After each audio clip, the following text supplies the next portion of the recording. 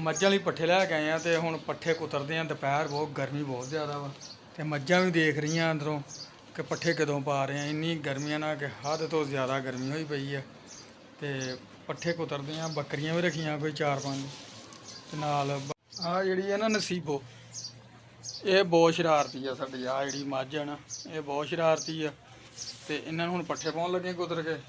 ਤੇ ਮਾਸ਼ਾਅੱਲਾ ਆ ਜਿਹੜੀ ਆ ਸਾਡੀ ਸ਼ੇਰਨੀ, ਇਹ ਸੂਣ ਵਾਲੀ ਆ। ਅੱਲਾ ਖੈਰ ਕਰੇ, ਕੋਈ 1 ਮਹੀਨਾ 2 ਮਹੀਨੇ ਰਹਿੰਦੇ ਸੂਣ 'ਚ ਤੇ ਫਿਰ ਇਨਸ਼ਾਅੱਲਾ ਇਹਦਾ ਦੁੱਧ ਪੀਵਾਂਗੇ ਰੱਜ ਕੇ।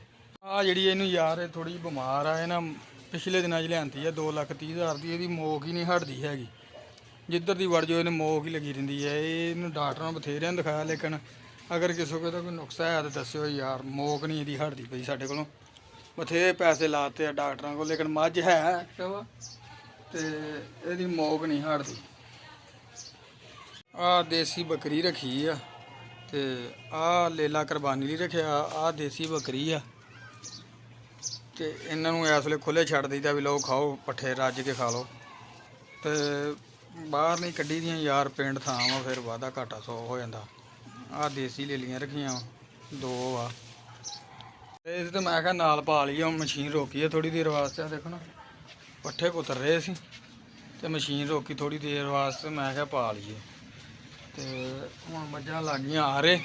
ਆਪਾਂ ਹੁਣ ਜਿਹੜੇ ਬਕਾਇਆ ਬਚਦੇ ਆ ਉਹ ਕੁਤਰਦੇ ਆ ਤੇ ਬੱਕਰੀਆਂ ਆ ਗਈਆਂ ਉੱਤੇ। ਹੁਣ ਬੱਕਰੀਆਂ ਥੋੜਾ ਜਿਹਾ ਖਾ ਲੈਣਗੀਆਂ ਫਿਰ ਕਰਦੇ ਆ ਕੁਝ।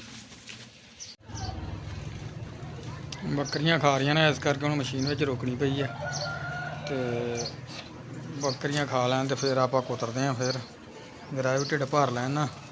ਹਰੇ ਪੱਠੇ ਆ ਚਰੀ ਦੇ ਮੱਝ ਲਈ ਲਿਆਂਦੇ ਆ ਯਾਰ, ਤੇ ਉਹ ਮੱਝ ਮਾਰਦੀ ਆ ਮੋਕ ਸ਼ੋਕ ਤੇ ਸ਼ਾਇਦ ਸਿਆਣਿਆਂ ਨੇ ਕਿਹਾ ਵੀ ਚਰੀ ਪਾਓ ਤੇ ਮੱਝ ਹਟ ਜਾਵੇ ਮੋਕ ਮਾਰਨੋਂ।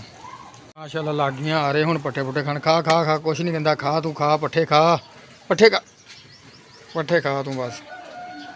ਆਹ ਮੱਝ ਆ ਯਾਰ, ਇਹ ਨਾ ਥੋੜੀ ਬਿਮਾਰ ਆ, ਇਹ ਠੀਕ ਨਹੀਂ ਹੋ ਰਹੀ, ਇਹਨੂੰ ਮੋਕ ਲੱਗੀ ਹੋਈ ਆ ਤੇ ਖਾ ਲਾ ਖਾ ਲਾ ਖਾ ਲਾ, ਕੁਛ ਨਹੀਂ ਕਹਿਣਾ ਤੈਨੂੰ ਮੈਂ, ਖਾ ਮਾਰੂੰਗਾ ਤੈਨੂੰ ਮੈਂ, ਖਾ ਲਾ। ਤੇ ਆਹ ਮਾਸ਼ਾਅੱਲਾ ਹੁਣ ਖਾ ਰਹੀਆਂ ਪੱਠੇ। ਖਾ ਲਾ ਖਾ ਲਾ ਖਾ ਲਾ ਖਾ ਲਾ ਖਾ ਲਾ।